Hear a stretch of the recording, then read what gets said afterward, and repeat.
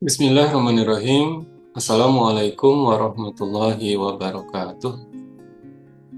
Sahabat Jihad, pada kali ini saya akan kembali membacakan salah satu kisah dari tokoh Islam yang dikenal dengan nama Rabi'ah al-Adawiyah. Rabi'ah binti Ismail al-Adawiyah berasal dari keluarga miskin. Sejak kecil, ia tinggal di Bashrah. Kota ini namanya sangat harum sebagai seorang manusia suci dan seorang pengkhotbah. Dia sangat dihormati oleh orang-orang soleh pada masanya. Mengenai kematiannya, ada berbagai pendapat. Ada yang mengatakan beliau wafat pada tahun 135 Hijriah atau 752 Masehi, dan ada pula yang menyebutkan bahwa beliau wafat pada tahun 185 Hijriah atau 801 Masehi. Rabi'ah al-Adawiyah yang seumur hidupnya tidak pernah menikah dianggap mempunyai peran yang besar dalam memperkenalkan cinta Allah ke dalam Islam tasawuf. Orang-orang mengatakan bahwa ia dikuburkan di dekat kota Yerusalem. Jika seseorang bertanya, "Mengapa engkau mensejajarkan Rabi'ah dengan kaum lelaki?" maka jawabanku adalah bahwa Nabi sendiri pernah berkata, "Sesungguhnya Allah tidak memandang rupa kamu, dan yang menjadi masalah bukanlah bentuk, tetapi niat, seperti yang dikatakan oleh Nabi. Manusia-manusia akan dimuliakan sesuai dengan niat di dalam hati mereka." Selanjutnya, apabila kita boleh menerima 2/3 ajaran agama dari Aisyah, maka sudah tentu kita boleh pula menerima petunjuk-petunjuk agama dari pelayan pribadinya itu. Apabila seorang perempuan berubah menjadi seorang laki-laki di jalan Allah, maka ia sejajar dengan kaum laki-laki dan kita tidak bisa menyebutnya sebagai seorang perempuan lagi.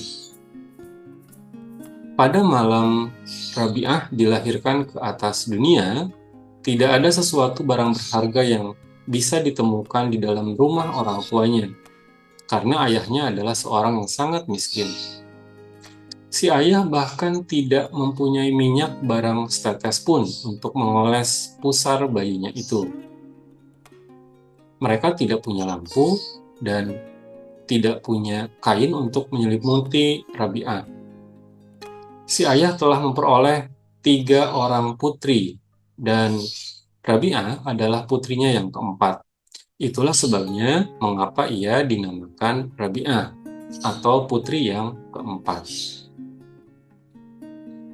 "Pergilah kepada tetangga kita, dan mintalah sedikit minyak, sehingga aku bisa menyalakan lampu," istrinya berkata kepadanya.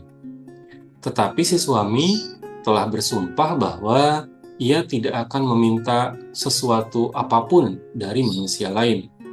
Maka pergilah ia, pura-pura menyentuhkan tangannya ke pintu rumah tetangga, lalu kembali lagi ke rumahnya. Mereka tidak mau membukakan pintu. Ia melaporkan kepada istrinya sesampainya di rumah. Istrinya yang malang menangis sedih. Dalam keadaan yang serba memprihatinkan itu, si suami hanya dapat menekurkan kepala ke atas lutut dan terlena. Di dalam tidurnya ia bermimpi melihat Nabi. Nabi membujuknya, "Janganlah engkau bersedih, karena bayi perempuan yang akan dilahirkan itu adalah ratu kaum wanita. dan akan menjadi penengah bagi 70.000 orang di antara kaumku. Kemudian Nabi meneruskan, besok pergilah engkau menghadap Isa Az-Zadani, gubernur Bashr. Di atas selai kertas, tuliskan kata berikut ini. Setiap malam, engkau mengirimkan sholawat 100 kali kepadaku, dan setiap malam Jumat 400 kali. Kemarin adalah malam Jumat, tetapi engkau lupa melakukannya. Sebagai penembus kelalaianmu itu, berikanlah kepada orang ini 400 dinar yang telah engkau peroleh secara halal. Ketika terbangun dari tidurnya, ayah Rabi'ah mengucurkan air mata. Ia pun bangkit dan menulis seperti yang telah dipesankan Nabi kepadanya, dan mengirimkannya kepada gubernur melalui pengurus rumah tangga istana. Berikanlah 2.000 dinar kepada orang-orang miskin. Gubernur memberikan perintah setelah membaca surat tersebut. Sebagai tanda syukur karena Nabi masih ingat kepadaku. Kemudian berikan 400 dinar kepada si syekh. Dan katakan kepadanya, aku harap engkau datang kepadaku sehingga aku bisa melihat wajahmu. Namun, tidaklah pantas bagi seorang seperti kamu untuk datang menghadapku. Lebih baik seandainya akulah yang datang dan menyeka pintu rumahmu dengan janggutku ini. Walaupun demikian, demi Allah, aku memohon kepadamu, apapun yang engkau butuhkan, katakanlah kepadaku. Ayah Rabi'ah menerima uang emas tersebut dan membeli sesuatu yang dirasa perlu. Ketika Rabi'ah beranjak besar, sedang kedua orang tuanya telah meninggal dunia, bencana kelaparan melanda kota Bashrah, dan ia terpisah dari kakak-kakak perempuannya. Suatu hari ketika Rabi'ah keluar rumah, ia terlihat oleh seorang penjahat yang segera menangkapnya, kemudian menjualnya dengan harga 6 dirham. Orang yang membeli dirinya menyuruh Rabi'ah mengerjakan pekerjaan-pekerjaan berat. Pada suatu hari, ketika ia berjalan-jalan, seseorang yang tak dikenal datang menghampirinya. Rabi'ah melarikan diri, tetapi tiba-tiba ia terjatuh tergelincir sehingga tangannya terkilir. Rabi'ah menangis sambil mengantuk-antukkan kepalanya ke tanah. Ya Allah, aku adalah seorang asing di negeri ini, tidak mempunyai ayah bunda, seorang tawanan yang tak berdaya, sedang tanganku cedera. Namun semua itu tidak membuatku bersedih hati. Satu-satunya yang kuharapkan adalah bisa memenuhi kehendakmu dan mengetahui apakah engkau berkenan atau tidak. Rabi'ah, janganlah engkau bersedih. Sebuah suara berkata kepadanya, besok lusa engkau akan dimuliakan sehingga malaikat-malaikat iri kepadamu. Rabi'ah kembali ke rumah tuannya. Di siang hari ia terus berpuasa dan mengabdi kepada Allah. Sedangkan di malam hari ia berdoa kepada Allah sambil terus berdiri sepanjang malam.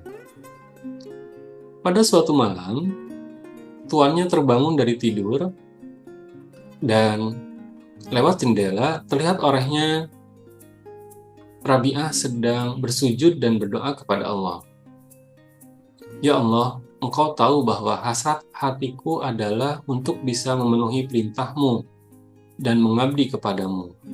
Jika aku bisa mengubah nasib diriku ini, niscaya aku tidak akan beristirahat barang sebentar pun dari mengabdi kepadamu. Tetapi engkau telah menyerahkan diriku di bawah kekuasaan seorang hambamu. Demikianlah kata-kata yang diucapkan Rabi'ah di dalam doanya itu.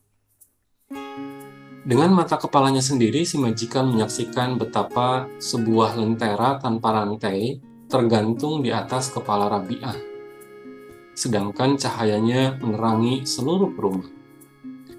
Menyaksikan peristiwa ini, ia merasa takut. Ia lalu beranjak ke kamar tidurnya dan duduk merenung hingga fajar tiba. Ketika hari telah terang, dia memanggil Rabi'ah. bersikap lembut kepadanya, kemudian membebaskannya. "Izinkanlah aku pergi," Rabi'ah berkata. Tuannya memberikan izin. Rabi'ah lalu meninggalkan rumah tuannya menuju padang pasir, mengadakan perjalanan menuju sebuah tempat di mana ia untuk beberapa lama membaktikan diri kepada Allah. Kemudian ia berniat hendak menunaikan ibadah haji. Maka berangkatlah ia menempuh padang pasir kembali. Barang-barang miliknya diletakkan di atas punggung keledai, tetapi begitu sampai di tengah-tengah padang pasir, keledai itu mati. "Biarlah kami yang membawa barang-barangmu," para lelaki di dalam rombongan itu menawarkan jasa mereka. "Tidak, teruslah berjalan kalian," jawab Rabi'ah. "Aku tidak mau menjadi beban kalian." Rombongan itu meneruskan perjalanan dan meninggalkan Rabi'ah seorang diri. "Ya Allah," Rabi'ah berseru sambil menengadahkan kepala. "Demikiankah caranya raja-raja memperlakukan seorang wanita yang tak berdaya di tempat yang masih asing baginya? Engkau telah memanggilku ke rumahmu, tetapi di tengah perjalanan engkau membunuh keledaiku dan meninggalkanku sebatang kara di tengah-tengah padang pasir ini." Belum lagi Rabi'ah selesai dengan kata-katanya ini, tanpa diduga, keledai itu bergerak berdiri. Rabi'ah menaikkan kembali barang-barangnya ke atas punggung binatang itu dan melanjutkan perjalanannya.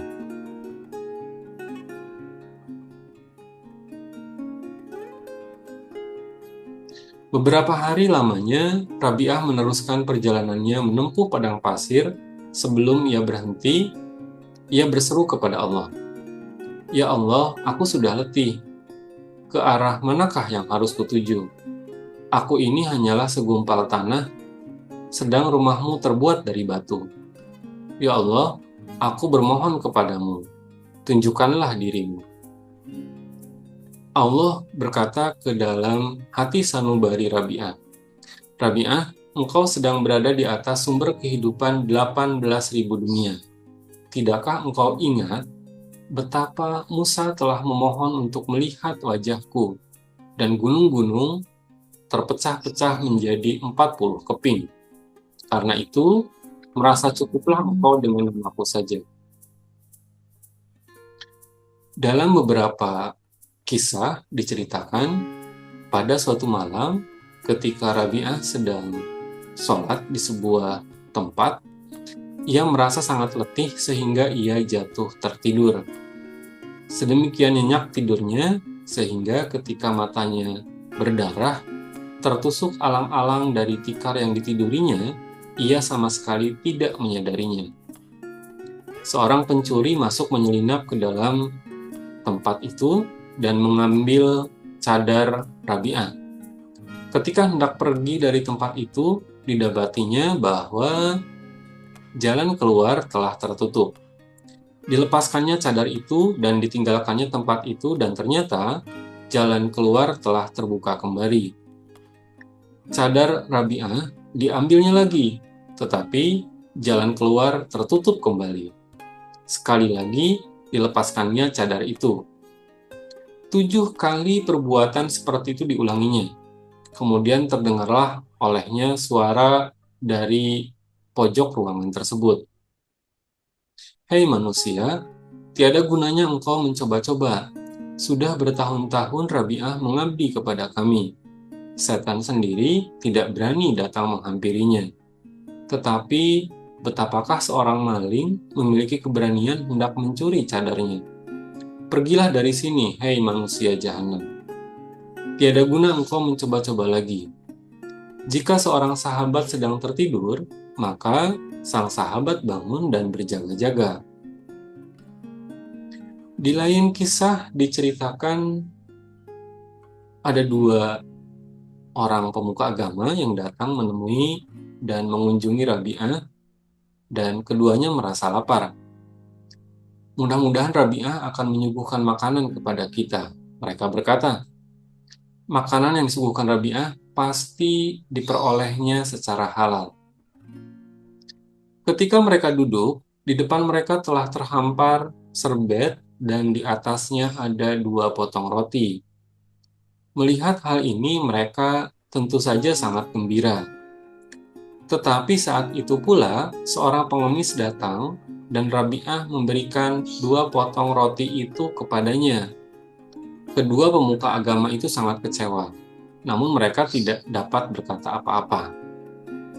Tidak berapa lama kemudian, masuklah seorang pelayan wanita membawakan beberapa buah roti yang masih panas.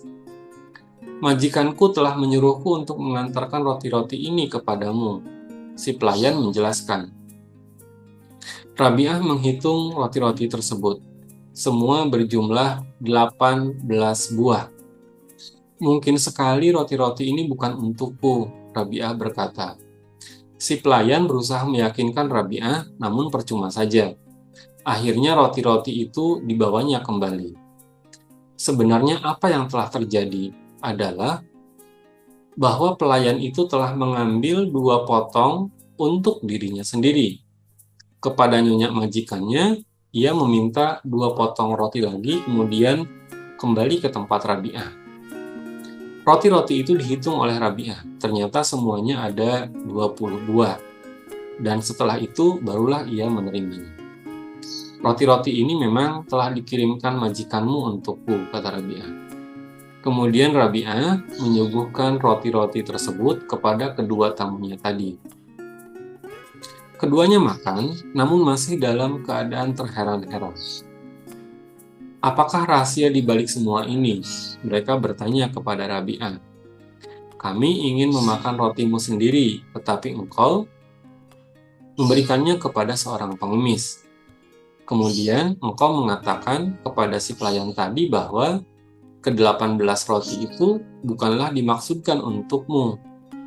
Tetapi kemudian ketika semuanya berjumlah 20, barulah engkau mau menerimanya.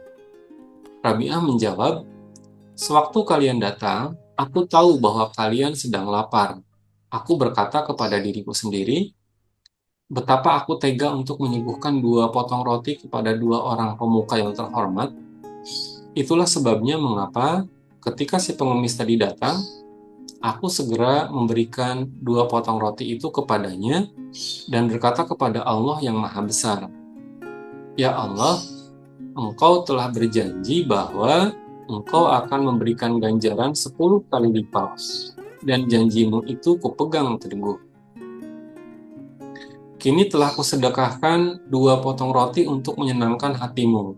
Semoga engkau berkenan untuk memberikan 20 potong sebagai imbalannya.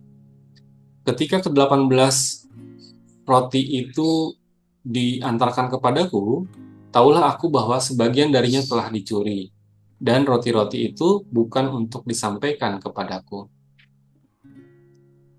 Di lain kisah diceritakan, pada suatu hari, pelayan wanita Rabi'ah hendak memasak sop bawang karena sudah agak lama mereka tidak memasak makanan.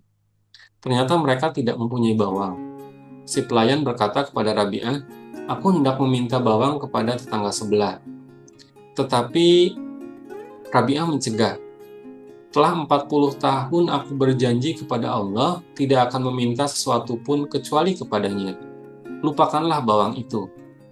Segera setelah Rabi'ah berkata demikian, seekor burung meluncur dari langit, membawa bawang yang telah terkupas di paruhnya, lalu menjatuhkannya ke dalam belanga. Menyaksikan peristiwa itu, Rabi'ah berkata, aku takut jika semua ini adalah semacam tipu muslihat. Rabi'ah tidak mau menyentuh sup bawang tersebut, hanya roti saja yang dimakannya. Kemudian pada suatu hari, Rabi'ah berjalan ke atas gunung. Segera ia dikerumuni oleh kawanan rusa, kambing hutan, ibex. Ibex itu sebangsa kambing hutan yang bertanduk panjang dan keledai-keledai liar.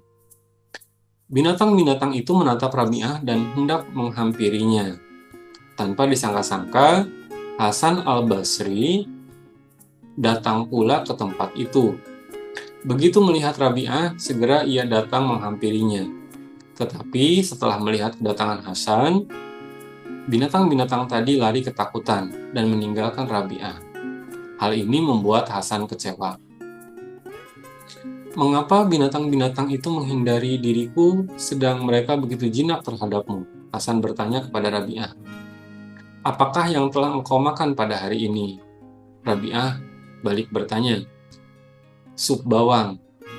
Engkau telah memakan lemak binatang-binatang itu. Tidak mengherankan jika mereka lari ketakutan melihatmu. Di hari lain, ketika Rabi'ah lewat di depan rumah Hasan, saat itu Hasan sedang termenung di jendela. Ia sedang menangis dan air matanya menetes jatuh mengenai pakaian Rabi'ah yang berjalan di bawahnya. Mula-mula Rabi'ah mengira hujan turun, tetapi setelah ia menengadah ke atas dan melihat Hasan, sadarlah ia bahwa yang jatuh menetes itu adalah air mata Hasan. Guru, menangis adalah pertanda dari kelesuan spiritual. Ia berkata kepada Hasan, tahanlah air matamu, jika tidak, di dalam dirimu akan menggelora samudera sehingga engkau tidak bisa mencari dirimu sendiri, kecuali pada seorang raja yang maha perkasa. Teguran itu tidak enak didengar Hasan, namun ia tetap menahan diri. Di belakang hari, ia bertemu dengan Rabi'ah di tepi sebuah danau. Hasan menghamparkan sajadahnya di atas air dan berkata kepada Rabi'ah, Rabi'ah, marilah kita melakukan sholat sunnah 2 rakaat di atas air. Rabi'ah menjawab, Hasan, jika engkau memperlihatkan kesaktian-kesaktianmu di tempat ramai ini, maka kesaktian-kesaktian itu haruslah yang tak dimiliki oleh orang-orang lain. Sesudah berkata demikian, Rabi'ah melemparkan sajadahnya ke udara, kemudian ia melompat ke atasnya dan berseru kepada Hasan, naiklah kembali, Hasan, agar orang-orang dapat menyaksikan kita. Hasan yang belum mencapai kepandaian seperti itu tidak bisa berkata apa-apa. Kemudian Rabi'ah mencoba menghiburnya dan berkata, Hasan, yang engkau lakukan tadi bisa pula dilakukan oleh seekor ikan, dan yang kulakukan tadi bisa pula dilakukan oleh seekor lalat. Yang terpenting bukanlah keahlian-keahlian seperti itu. Kita harus mengabdikan kepada hal-hal yang terpenting itu. Pada suatu malam, Hasan beserta 3 orang sahabatnya berkunjung ke rumah Rabi'ah. Tetapi rumah itu gelap, tiada berlampu. Mereka senang sekali seandainya pada saat itu ada lampu. Maka Rabi'ah meniup jari tangannya. Sepanjang malam itu hingga fajar, jari tangan Rabi'ah memancarkan cahaya terang benderang, bagaikan lentera, dan mereka duduk di dalam benderangnya. Jika ada seseorang yang bertanya, bagaimana hal itu bisa terjadi? Maka jawabanku adalah, persoalannya sama dengan tangan Nabi Musa. Jika ia kemudian menyangkal, tetapi Musa adalah seorang nabi, maka jawabanku, barang siapa yang mengikuti jejak nabi akan mendapatkan sepercik kenabian, seperti yang pernah dikatakan Nabi Muhammad SAW sendiri. Barang siapa yang menolak harta benda yang tidak diperoleh secara halal, walaupun harganya hanya 1 sen, sesungguhnya ia telah mencapai suatu tingkat kenabian.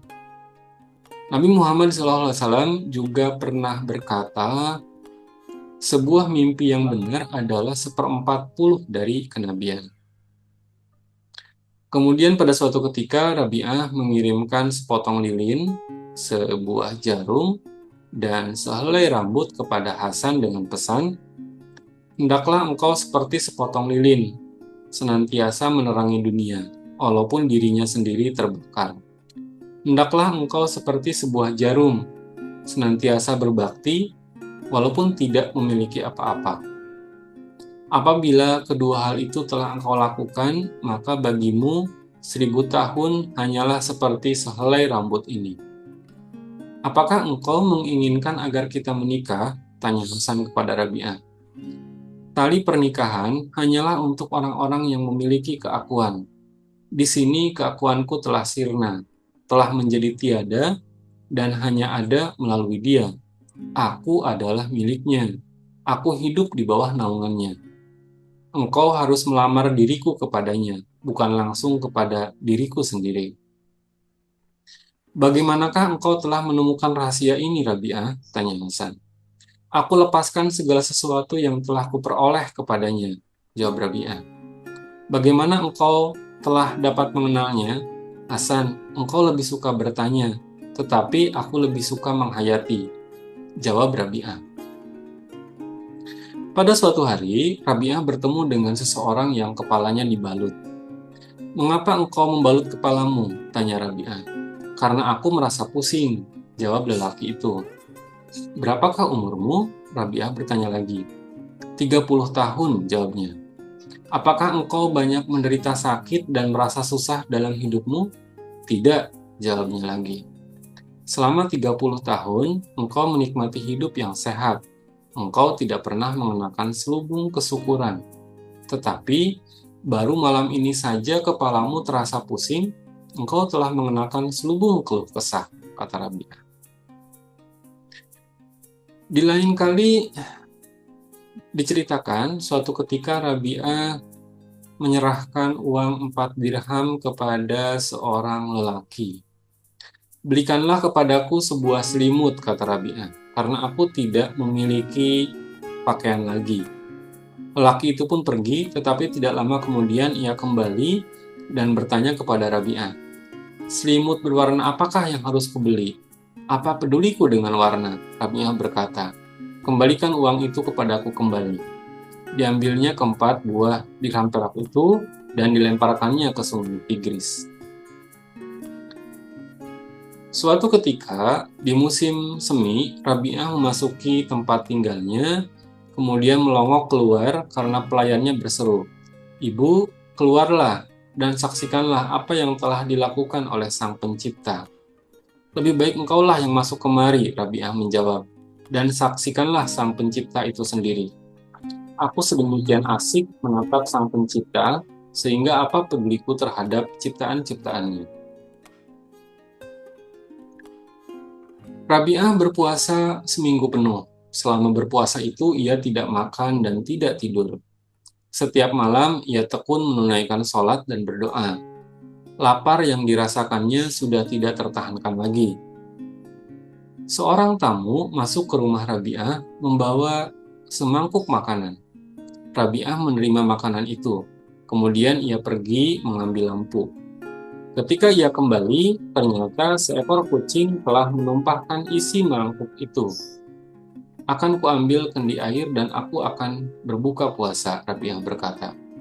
Ketika ia kembali dengan sekendi air, ternyata lampu telah padam. Ia hendak meminum air kendi itu di dalam kegelapan.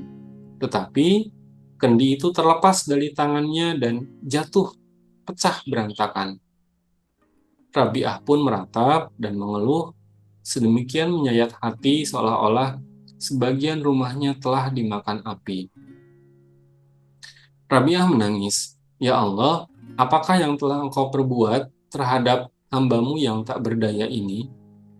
Berhati-hatilah Rabi'ah. Sebuah suara terdengar di telinganya. Janganlah engkau sampai mengharapkan bahwa aku akan menganugerahkan semua kenikmatan dunia kepadamu, sehingga pengabdianmu kepadaku terhapus dari dalam hatimu. Pengabdian kepadaku dan kenikmatan-kenikmatan dunia tidak bisa dipadukan di dalam satu hati. Rabi'ah, engkau menginginkan suatu hal, sedangkan aku menginginkan hal yang lain. Hasratku dan hasratmu tidak bisa dipadukan di dalam satu hati. Setelah mendengar celaan itu, Rabi'ah mengisahkan, kulepaskan hatiku dari dunia dan kubuang segala hasrat dari dalam hatiku. Sehingga selama 30 tahun yang terakhir, apabila melakukan sholat, maka aku menganggap sebagai sholatku yang terakhir. Ketika tiba saatnya Rabi'ah harus meninggalkan dunia fana ini, orang-orang yang menungguinya meninggalkan kamarnya dan menutup pintu kamar itu dari luar. Setelah itu mereka mendengar suara yang berkata, "Wahai jiwa yang damai, kembalilah kepada Tuhanmu dengan berbahagia." Beberapa saat kemudian, tak ada lagi suara yang terdengar dari kamar Rabi'ah. Mereka lalu membuka pintu kamar dan mendapatkan Rabi'ah telah berpulang. Setelah Rabi'ah meninggal dunia, ada yang bertemu dengannya dalam sebuah mimpi. Kepadanya ditanyakan, "Bagaimana engkau menghadapi Munkar dan Nakir?"